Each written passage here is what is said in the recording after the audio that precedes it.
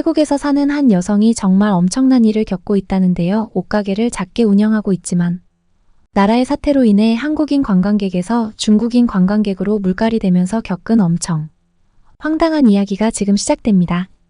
저는 마리아예요. 태국의 수도 방콕에서 작은 옷가게를 운영하고 있어요. 여기는 매일 바쁜 길거리라서 외국에서 온 관광객들이 자주 지나가요. 제 가게는 크지 않지만 제 자부심이자 애정이 담긴 공간이에요. 저는 태국 스타일에서 영감을 받은 옷을 팔고 있어요. 화려한 색감, 열대 패턴, 그리고 전통적인 요소가 현대적인 스타일과 어우러진 그런 디자인이에요. 마치 태국을 입고 다니는 것 같은 느낌이랄까요? 그런데 말이에요. 저는 더 큰 꿈이 있어요. 라용에 있는 그린벨트에 가게를 하나 더 열고 싶어요. 그린벨트는 라용에서 가장 부유한 지역 중 하나로 고급 상점들이 줄지어 있는 곳이에요. 그 생각만 해도 가슴이 두근거리고 설레요. 지금 제 가게는 꽤 잘 되고 있고 그건 주로 한국인 관광객 덕분이에요. 한국인들은 제 옷을 정말 좋아해요. 가게에 들어와서 눈을 반짝이며 옷감을 만져보고 여러 벌을 입어보죠. 그리고 항상 큰 웃음을 지으며 가득 찬 쇼핑백을 들고 나가요. 한국인들은 제 디자인에 좋은 값을 지불해줘요. 그들은 옷의 품질과 독특한 스타일을 정말로 인정해주거든요. 하지만 가끔 그들을 보고 있으면 묘한 기분이 들어요. 그들은 정말 세련되고 자신감 넘치게 보이거든요. 옷차림도 깔끔하고 현대적이고 몸가짐도 우아해요. 마치 다른 세계에서 온 사람들 같아요. 저는 평범한 가정에서 자랐어요. 저희 가족은 부유하지도 않고 유명하지도 않아요. 우리가 가진 모든 건 열심히 일해서 얻은 거예요. 그래서 한국인 관광객들을 볼 때면 뭔가 좀 작아지는 기분이 들어요. 그들은 제가 되고 싶은 모습, 제 가게가 되고 싶은 모습을 상징하는 것 같아요. 그런데 그 꿈이 너무 멀게만 느껴질 때가 있어요. 어느 날 저녁 가게에서 긴 하루를 보내고 휴대폰을 보고 있었어요. 그런데 갑자기 눈에 확 들어오는 게시글을 발견했어요. 한국 금지 라는 커다란 글자가 보였거든요. 깜짝 놀라서 자세히 읽어봤어요. 알고 보니 태국 정부가 한국인 관광객의 입국을 금지한다는 발표를 한 거였어요. 무슨 정치적인 문제 때문이라고는 하지만 정확한 이유는 설명되지 않았어요. 게시글 아래에는 사람들이 환호하는 댓글이 가득했어요. 맞아. 우리가 강하다는 걸 보여줘야 해. 그들의 돈이 필요 없어. 태국 우선. 그런 댓글들을 보니 마음속에 뭔가가 끓어오르는 기분이었어요. 자부심? 분노? 잘 모르겠더라고요. 저도 모르게 그 게시글을 공유했어요. 그리고 제 나름의 메시지를 추가했죠. 이제 우리도 당당히 나서야 할 때예요. 해시태그 자랑스러운 태국인. 게시 버튼을 누르자마자 복잡한 감정이 밀려왔어요. 한편으로는 내가 우리나라를 위해 뭔가 한 것 같아 강한 기분이 들었지만 또 다른 한편으로는 왠지 불안했어요. 제 한국인 손님들은 어쩌죠? 그들은 항상 저에게 친절했는데요. 제 가게를 많이 찾아줬고 도움도 됐어요. 하지만 그 생각을 억누르기로 했어요. 이건 제 작은 가게를 넘는 문제잖아요? 우리가 나라로서 강해져야 하는 거죠. 손님을 조금 잃더라도 그만큼의 가치가 있지 않을까요? 휴대폰을 끄고 가게를 둘러봤어요. 평소에는 화려하게 보이던 옷들이 왠지 덜 빛나 보였어요. 한국인 관광객이 없는 가게를 상상해 보려 했지만 쉽지가 않았어요. 다른 관광객들이 그 빈자리를 채워줄까요? 그린벨트에 가게를 열겠다는 제 꿈은 괜찮을까요? 문을 닫고 가게를 나서는데 해변 쪽에서 불어오는 시원한 바람이 느껴졌어요. 바다 냄새와 도시의 여러 가지 냄새가 섞여 있었죠. 깊이 숨을 들이마시며 내일은 뭔가 달라질 거라고 생각했어요. 모든 게 변할 거라고요. 집으로 걸어가면서 다른 작은 가게들과 식당들을 지나쳤어요. 저처럼 관광객에 의존하는 가게들이 많았죠. 그 가게 주인들도 저처럼 자부심과 걱정이 뒤섞인 기분을 느끼고 있을까요? 집에 도착해 침대에 누웠지만 잠이 오지 않았어요. 제 단골 한국인 손님들의 얼굴이 떠올랐어요. 그들의 웃음과 제 디자인을 보고 즐거워하던 모습들이요. 그 순간 죄책감이 살짝 들었어요. 하지만 곧 온라인에서 봤던 자랑스러운 댓글들이 다시 떠올랐고 나라를 위해 목소리를 낸 그 순간의 기분이 다시 느껴졌어요. 뒤척이며 여러 가지 생각들이 머릿속을 맴돌았어요. 내일은 어떤 날이 될까요? 제가 이 금지를 지지한 걸 후회하게 될까요? 아니면 이게 태국을 위한 새로운 시작이 될까요? 마침내 잠이 들기 직전 이런 생각이 스쳐 지나갔어요. 우리가 꿈을 이루는 길은 항상 곱고 단순하지는 않다는 거죠. 다만 제가 올바른 길 위에 있기를 바랄 뿐이에요. 한국 관광 금지 이후 몇 주는 정말 정신없이 흘러갔어요. 어느 날까지만 해도 제 가게는 한국에서 온 손님들로 북적였는데 그 다음 날엔 마치 누군가 스위치를 꺼버린 것처럼 조용해졌어요. 익숙했던 한국어 대화 소리가 하루아침에 사라졌죠. 마치 세상에서 제가 가장 좋아하는 색이 사라져버린 것 같은 기분이었어요. 저는 카운터 뒤에서 손가락으로 반질반질한 나무를 계속 두드리며 초조해했어요. 그 고요함이 정말 견디기 힘들더라고요. 손님들이 다 어디 간 걸까 싶어서 계속 휴대폰을 보며 뉴스를 확인했어요. 정부 새로운 관광 전략 발표라는 헤드라인이 떠오르더라고요. 한국 관광객 대신에 중국 관광객을 유치하겠다는 소식이었어요.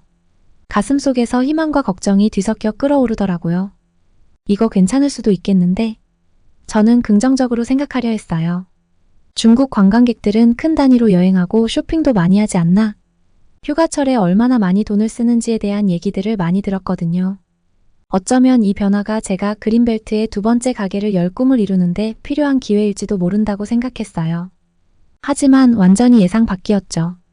첫 번째 중국 관광객 무리가 들이닥쳤을 때는 마치 거대한 파도처럼 몰려왔어요.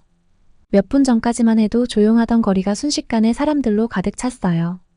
그들은 큰 무리로 움직였고 목소리도 크고 들뜬 것 같았어요.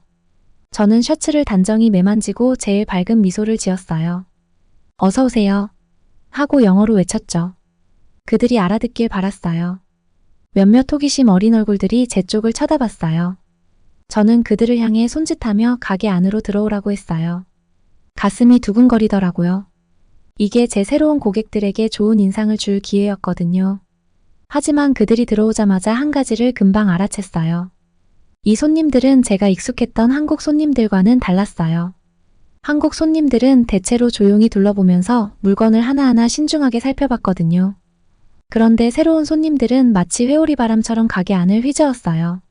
모든 걸 만져보고 빠르게 중국어로 큰 소리로 얘기하며요. 저는 정신없이 가게 한쪽에서 다른 쪽으로 뛰어다니며 따라다녔어요. 필요한 게 있으면 도와드릴까? 하고 물어보기도 했지만 대부분은 손을 휘젓거나 그냥 무시하고 지나가더라고요. 솔직히 답답했어요. 어느 한 여성분이 제 베스트셀러였던 화려한 색감의 원피스를 집어들었어요. 한국 손님들이 정말 좋아했던 상품이었거든요. 그런데 그분은 원피스를 들고 얼굴을 찡그리더니 너무 비싸라고 서툰 영어로 말하며 무심하게 옷걸이에 다시 던져버렸어요. 그 섬세한 원단이 구겨지는 걸 보면서 저도 같이 찌푸렸어요. 이건 손으로 만든 거예요. 저는 원피스를 부드럽게 펴면서 설명했어요. 지역 장인이 만든 건데. 그녀는 손을 휘저으며 말을 끊었어요. 안 좋아.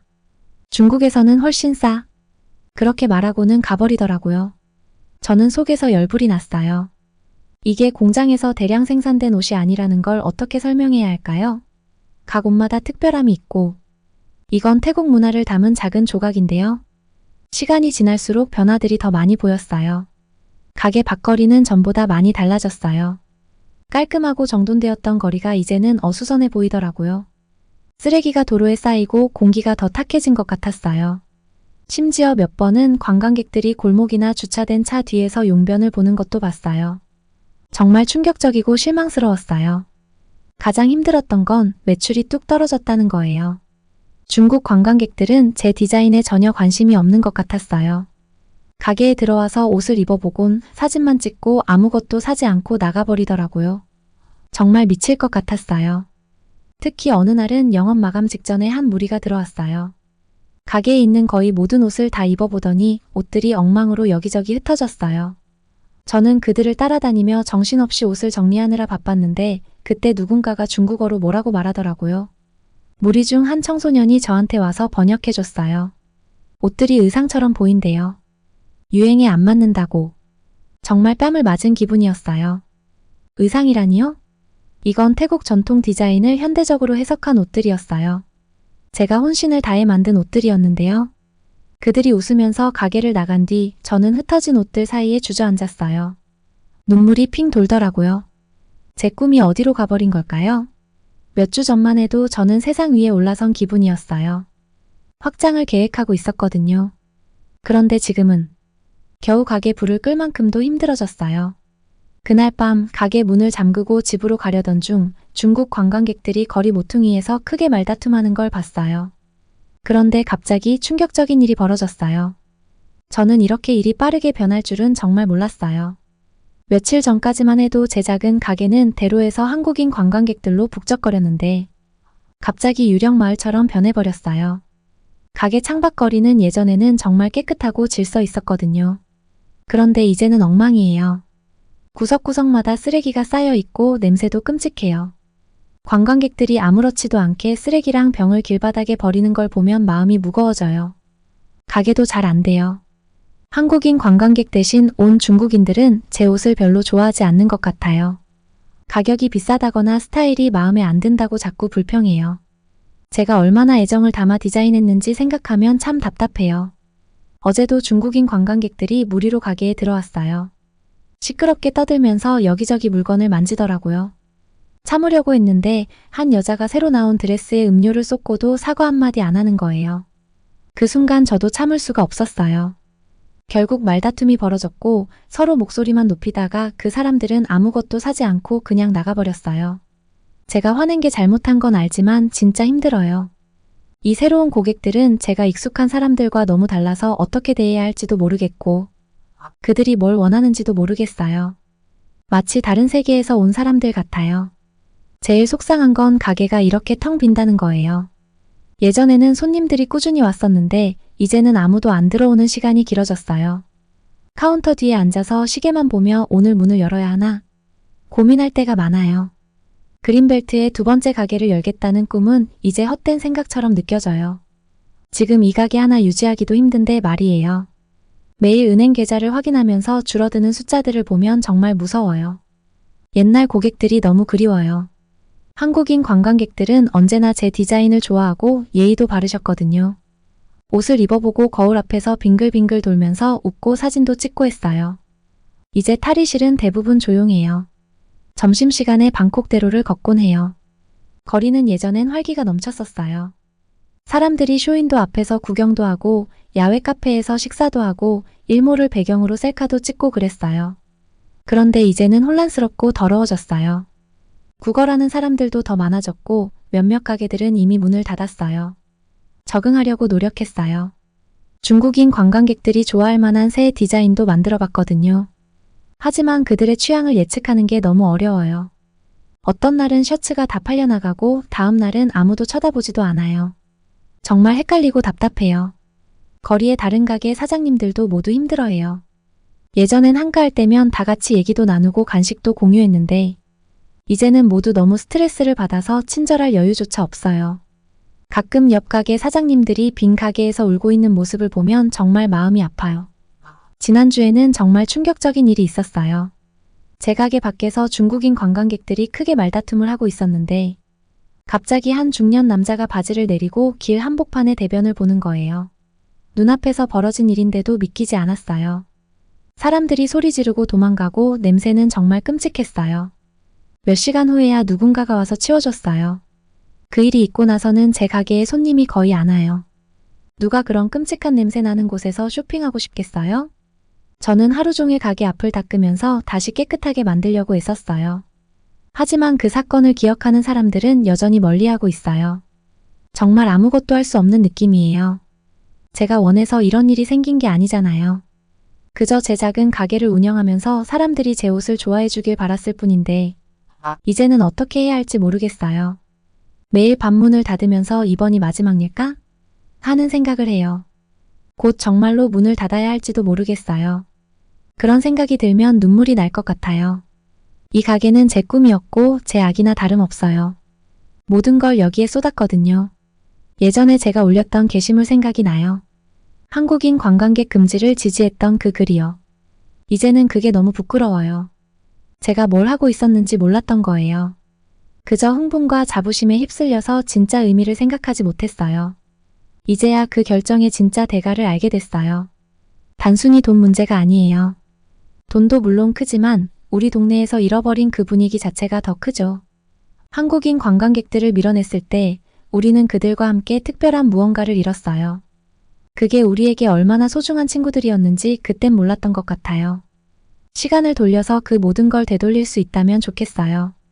그 따뜻한 얼굴들에게 우리가 얼마나 고마웠는지, 그들이 우리 작은 가게들을 얼마나 도왔는지 말해줄 수 있다면 얼마나 좋을까요? 하지만 이제 너무 늦어버렸죠. 매일 밤 가게 문을 잠그고 나면 더럽고 혼란스러운 거리를 바라보면서 생각해요. 이게 우리가 원했던 건가? 우리나라의 이게. 그날 밤 잠을 이룰 수가 없었어요. 제 머릿속은 망해가는 사업에 대한 걱정과 한국 관광객 금지 조치를 지지한 것에 대한 죄책감으로 가득했거든요. 침대에서 뒤척이다가 결국 일어나서 따뜻한 핫초코라도 한 잔 마시면 좀 나아지지 않을까 싶었어요. 작은 부엌으로 걸어가는데 거실에 불이 켜져 있더라고요. 아빠가 늘 앉아 계시는 안락 의자에 앉아 책을 읽고 계셨어요. 제가 들어가자 아빠가 고개를 들어 저를 보셨어요. 잠이 안 오니 아이야? 아빠가 저를 보며 태국어로 아이라는 뜻의 단어를 쓰며 물으셨어요. 저는 고개를 저었어요. 아니요, 아빠. 머릿속이 너무 복잡해서요. 아빠가 옆자리를 톡톡 두드리셨어요. 이리 와서 앉아라. 우리 얘기 좀 하자. 핫초코를 만들고 아빠 옆에 앉았어요. 익숙한 책 냄새와 부드러운 스탠드 불빛이 저를 조금 진정시켜줬어요. 아빠는 항상 저의 지혜의 원천이자 든든한 버팀목이었어요. 아빠라면 제가 이 상황을 이해할 수 있게 도와주실 것 같았어요. 아빠, 제가 말을 꺼냈어요. 저 큰 실수를 한 것 같아요. 상황을 제대로 알지 못한 채로 한국 관광객 금지 조치를 지지했거든요. 이제 제 사업은 망해가고 있고 어떻게 해야 할지 모르겠어요. 아빠는 천천히 고개를 끄덕이셨어요. 안경을 벗고 저를 바라보셨는데 늘 그렇듯 따뜻하고 지혜로운 눈빛이었어요. 마리아, 내가 우리나라의 역사에 대해 네가 몰랐을 만한 이야기를 하나 해줄게. 그걸 알면 좀 더 큰 그림을 이해할 수 있을 거야. 저는 궁금해서 몸을 앞으로 기울였어요. 아빠는 우리나라의 역사를 직접 경험하셨으니 제가 모르는 이야기가 많을 수 있었죠. 너도 알다시피 아빠가 이야기를 시작했어요. 학교에서 배운 우리나라와 한국의 관계는 전체 이야기가 아니야. 너 혹시 2차 세계대전 때 우리 태국이 일본에 점령됐다는 걸 알고 있었니? 저는 깜짝 놀라 눈을 크게 떴어요. 정말요? 저는 우리가 항상 연합국 편이라고만 생각했는데요. 아빠는 고개를 저으셨어요. 아니야. 1942년부터 1945년까지 약 3년 동안 일본이 우리나라를 지배했어. 그 시절은 많은 태국 사람들에게 힘든 시기였단다. 저는 충격에 빠져 의자에 몸을 기대었어요. 어떻게 이런 걸 몰랐을까요? 근데 한국 전쟁 때는 우리가 그들을 도와줬잖아요. 맞죠? 아빠는 고개를 끄덕이셨어요. 응, 맞아. 그런데 그게 우리가 배운 것처럼 단순하지 않아. 2차 세계대전이 끝난 후 태국은 세계 속에서 다시 이미지 회복이 필요했어. 연합국과 협력하고 나중에 한국 전쟁에서 남한을 도운 것도. 부분적으로는 국제 무대에서 우리 위치를 회복하려는 전략적 결정이었단다. 제 세계관이 흔들리는 느낌이었어요. 제가 알고 있던 역사적 사실이 전부 뒤집히고 있었거든요. 그럼 우리가 한국을 도운 게 순전히 이타적인 이유만은 아니었던 거예요? 아빠는 부드럽게 말씀하셨어요. 인생은 그렇게 단순하지 않단다, 마리아. 나라들도 사람들처럼 행동에 여러 가지 이유를 가지고 있어. 우리는 돕고 싶었지만 우리 자신을 지킬 필요도 있었던 거지. 저는 식어가던 핫초코를 한 모금 마시면서 이번 상황에 대해 곰곰이 생각해 봤어요. 아빠, 한국 관광객 금지 조치는 잘못된 것 같으세요? 아빠는 깊은 한숨을 쉬셨어요. 그건 복잡한 문제야.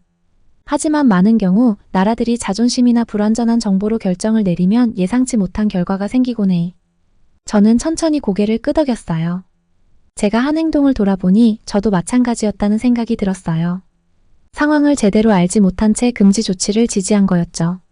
저는 이제 뭘 해야 할까요, 아빠? 저도 모르게 길을 잃은 기분이 들었어요. 아빠는 제 손을 가볍게 잡으며 말씀하셨어요. 이 일에서 배워야 한단다, 마리아. 애국적이라 생각되는 것이라도 의문을 가져야 해. 우리가 잘 모르는 이야기들을 찾아야 하고 기분 좋게 들리는 이야기만 믿어서는 안 돼. 한국과 같은 나라들과의 관계는 오랜 역사와 협력 위에 세워진 것이니 그걸 가볍게 여겨서는 안 돼. 우리는 한동안 말없이 앉아 있었어요. 아빠의 말이 저에게 큰 울림을 주었거든요. 저는 그동안 제 사업을 지탱해준 한국 관광객들에 대해 생각했어요. 바이럴된 글과 잘못된 자존심에 휩쓸려 그들에게 등을 돌리다니 제가 너무 성급했었죠. 저는 목소리를 내야 할 것 같아요. 결국 입을 열었어요. 제가 배운 걸 사람들에게 알려야겠어요. 우리 모두 진짜 이야기를 알면 뭔가를 바꿀 수 있을지도 모르니까요. 아빠는 자랑스러운 미소를 지으셨어요. 그거 용기 있는 일이야, 말이야. 쉽지는 않을 거야. 사람들은 자기 신념을 도전받는 걸 별로 좋아하지 않거든. 다음날 아침 일찍 눈을 떴는데 머릿속이 어제 알게 된 것들로 어지러웠어요. 내가 저지른 실수들의 무게가 두터운 담요처럼 나를 짓누르고 있었어요. 뭔가 바로잡아야 한다는 걸 알았죠. 컴퓨터 앞에 앉아서 깊게 숨을 들이쉬고 타이핑을 시작했어요. 손가락이 키보드를 빠르게 오가면서 제 마음을 담은 긴 글을 소셜미디어에 썼어요. 우리는 한국 관광객 금지 조치에 대해 오해했고 제대로 된 사실을 알지 못한 채 행동했다고 고백했어요. 우리가 실수했어요 라고 적었어요. 한국에 대한 우리의 입장을 다시 생각해야 해요. 그들은 우리가 생각했던 나쁜 사람들이 아니었어요. 게시하기 버튼을 누르자마자 심장이 두근거리기 시작했어요. 사람들이 뭐라고 생각할지 들어줄지 걱정됐어요. 처음엔 아무 반응도 없었어요. 그러다가 천천히 댓글이 달리기 시작했죠. 댓글을 읽는데 속이 내려앉았어요. 배신자 라는 댓글도 있었고 너는 외국 편만 들고 있어 라는 말도 있었어요. 내 가게엔 다시는 안 갈 거야 라고 협박하는 사람도 있었죠. 속이 메스꺼웠어요. 이 사람들이 다 내 이웃들이고 내 커뮤니티였는데 이제는 그들이 나를 등지고 있었거든요. 하지만 포기할 수 없었어요. 진실을 알리는 걸 멈출 수 없었으니까요. 그 다음 날엔 지역신문에 편지를 썼어요. 상황을 다시 한번 설명했죠. 더 많은 사람들이 보고 이해하길 바랐어요. 매일 신문을 확인했지만 제 편지는 끝내 실리지 않았어요. 그래도 포기하지 않았어요. 이번에는 우리 지역 커뮤니티 모임에서 직접 이야기해보기로 했어요. 제 차례가 되자 다리가 후들거리는 걸 느끼면서도 일어섰어요. 우리는 한국 관광객 금지를 다시 생각해봐야 해요. 제가 말했어요. 목소리가 떨렸죠. 우리는 사실을 다 알지 못한 채 너무 서둘러서 행동했어요. 그런데 제가 더 말하기도 전에 사람들 사이에서 야유가 터져나왔어요. 누군가 빨리 앉으라고 소리쳤죠. 얼굴이 빨개지고 눈물이 날 것 같아서 더 이상 말을 이어가지 못했어요. 며칠이 지나도 계속 시도했어요.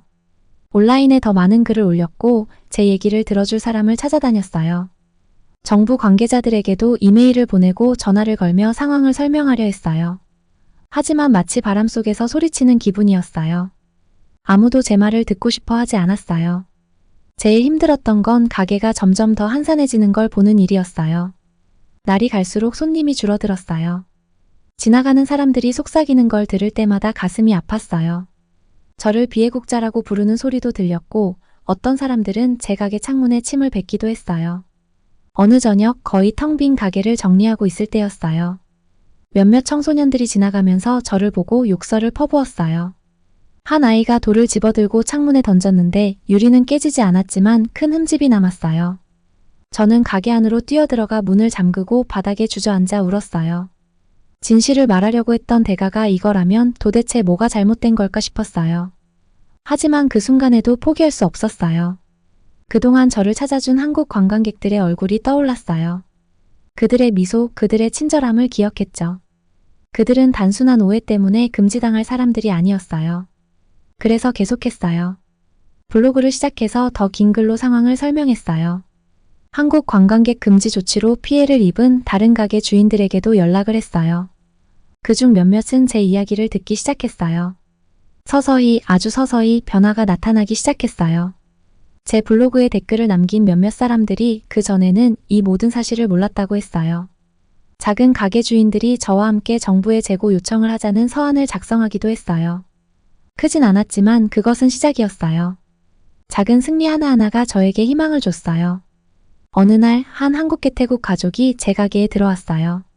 그들은 제 블로그를 읽고 제게 고맙다는 말을 전하고 싶다고 했어요. 대화를 나누며 예전 한국 손님들과 느꼈던 그 따뜻한 연결감을 잠시나마 다시 느낄 수 있었어요. 포기하지 마세요. 그 어머니가 떠나며 제게 말했어요.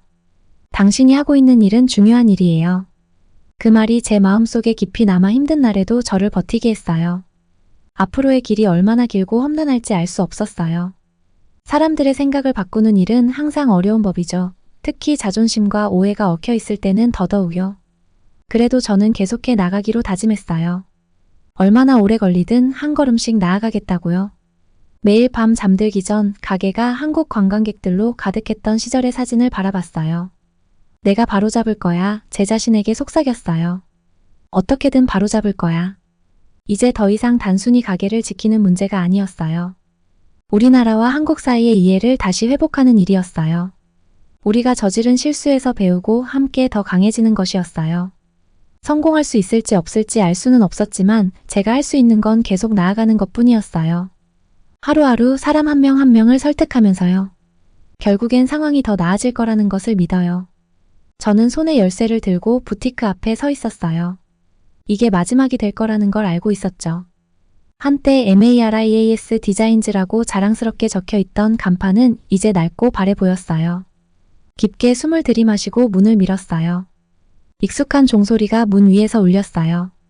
안에 들어서니 가게는 전과는 완전히 다른 모습이었어요. 텅 빈 옷걸이들이 열린 문 틈으로 들어온 바람에 서로 부딪히며 딸랑거렸어요. 한때 저는 밝은 포장지로 구매한 물건들을 정성껏 싸며 큰 웃음을 지었는데 이제는 먼지가 쌓인 계산대만 남아 있었어요. 팔 물건도 없고 웃을 이유도 사라졌어요. 가게 뒤쪽으로 걸어가며 텅 빈 선반에 손을 쓸어내렸어요. 첫 판매의 설렘, 새로운 디자인을 만들 때의 흥분. 관광객들이 제 옷을 가득 담아 가방을 들고 나갈 때의 기쁨이 떠올랐어요. 하지만 그런 행복한 시간들은 이제 너무나 멀게 느껴졌어요. 오래된 제 책상에 앉아 휴대폰을 꺼내 소셜미디어 앱을 열었어요. 손이 떨렸지만 마지막 메시지를 타이핑하기 시작했어요. 제 모든 한국 친구들과 고객분들께 지금 이 글을 쓰면서 마음이 너무 무겁습니다. 오늘 저는 제 부티크를 영원히 닫게 됐어요. 하지만 그 전에 꼭 전해야 할 말이 있습니다. 제가 큰 실수를 저질렀어요. 우리 정부가 한국 관광객 입국을 금지했을 때 저는 전후 사정을 제대로 알지 못한 채 그 결정을 지지했어요. 애국적이라 생각했지만 사실 저는 눈이 멀어 있었던 거죠. 여러분이 저와 저희 지역사회에 얼마나 소중한 존재였는지를 깨닫지 못했어요. 여러분은 단순한 고객이 아니었어요. 친구였죠. 저희 디자인과 문화, 사람들을 진심으로 아껴주셨고 덕분에 제 작은 가게는 성장할 수 있었어요. 하지만 저는 그 모든 걸 오해로 날려버렸어요. 정말 죄송합니다. 모든 걸 되돌릴 수 있으면 좋겠어요. 더 많은 질문을 하고 더 귀를 기울이고 그 결과가 어떤지 생각했어야 했어요. 하지만 그러지 못했고 이제는 너무 늦었네요. 이 메시지를 보지 못할 한국 관광객분들께도 죄송합니다. 여러분은 부당한 대우를 받으셨고 그에 대한 책임은 저희에게 그리고 저에게 있었습니다. 그리고 제 동료 태국 사람들에게도 말하고 싶어요. 우리도 더 나아져야 합니다. 행동하기 전에 생각하고 판단하기 전에 이해해야 해요. 우리의 자존심이 우정과 이해를 대가로 삼아서는 안 돼요. 여러분 모두에게 감사드립니다. 좋은 시간과 배운 교훈들 절대 잊지 않을 거예요. 저는 게시 버튼을 눌렀고 떨어지기 시작한 눈물을 닦아냈어요. 너무 늦은 사과일지 모르겠지만 그래도 해야 했어요. 누군가는 이 메시지를 보고 제가 저지른 실수를 반복하지 않기를 바랐어요. 자리에서 일어나 마지막으로 가게를 둘러봤어요. 텅 빈 벽들이 예전의 웃음과 수다 소리를 희미하게 되살리는 것 같았어요. 이 공간을 가득 채웠던 밝은 옷들, 우리 아름다운 섬들에서 영감을 받은 다채로운 디자인들이 떠올랐어요. 하지만 이제는 전부 사라졌어요. 문 쪽으로 걸어가던 중 무언가 제 눈에 띄었어요. 구석에 빈 옷걸이 뒤에 거의 가려져 있던 작은 한국 국기였어요. 아마 오래전에 어떤 손님이 두고 갔던 거겠죠. 저는 그걸 집어들고 부드러운 천을 손끝으로 만졌어요. 제가 잃어버린 것들을 상기시키는 씁쓸한 상징이었어요. 밖으로 나오니 방콕대로의 풍경은 전과 달랐어요. 한때 다양한 관광객들로 북적였던 인도는 이제 조용해졌어요. 깔끔했던 쓰레기통 자리에 쓰레기가 쌓여 있었어요. 변화는 제 가게에만 있는 게 아니었어요. 이 거리 전체에 있었죠. 마지막으로 가게 문을 잠그고 손을 문고리에 잠시 올려놓았어요. 이 가게는 제 꿈이었고 자부심이었어요. 하지만 이제는 그저 텅 빈 상점들로 가득한 거리의 또 하나의 빈 가게일 뿐이었어요. 가게에서 멀어지면서 변화가 얼마나 빨리 찾아왔는지 생각하게 됐어요. 불과 몇 달 전만 해도 라용에 두 번째 가게를 열 계획을 세우고 있었는데 지금은 직업도 없고 저축도 다 썼고 제 평판도 바닥이었어요. 하지만 실패의 무게를 느끼면서도 계속 나아가야 한다는 걸 알았어요. 제가 배운 걸 바탕으로 다른 사람들을 도울 수 있을지도 몰라요. 우리가 잃어버린 관광객들을 다시 불러오고 끊어진 우정을 다시 이어가려 노력할 수도 있겠죠. 가게가 있던 골목에서 대로변으로 걸어나가며 희미하게 보이는 가게 간판의 윤곽을 바라봤어요. 놓아주기 어려웠지만 해야 한다는 걸 알고 있었어요. 제 인생의 이 장은 끝났지만 어쩌면 새로운 장이 시작될지도 모른다고 생각했어요. 마지막으로 한 번 더 가게를 돌아보고 저는 작은 한국 국기를 주머니에 넣은 채 걸어 나갔어요. 이건 제 실수를 상기시키는 상징이었지만 동시에 이해와 우정의 중요성을 일깨워주는 상징이기도 했어요. 사라지는 군중 속에서 저는 조용히 다짐했어요. 제 자신이 생각한 대로 신념을 잃지 않고 살아가 보기로요.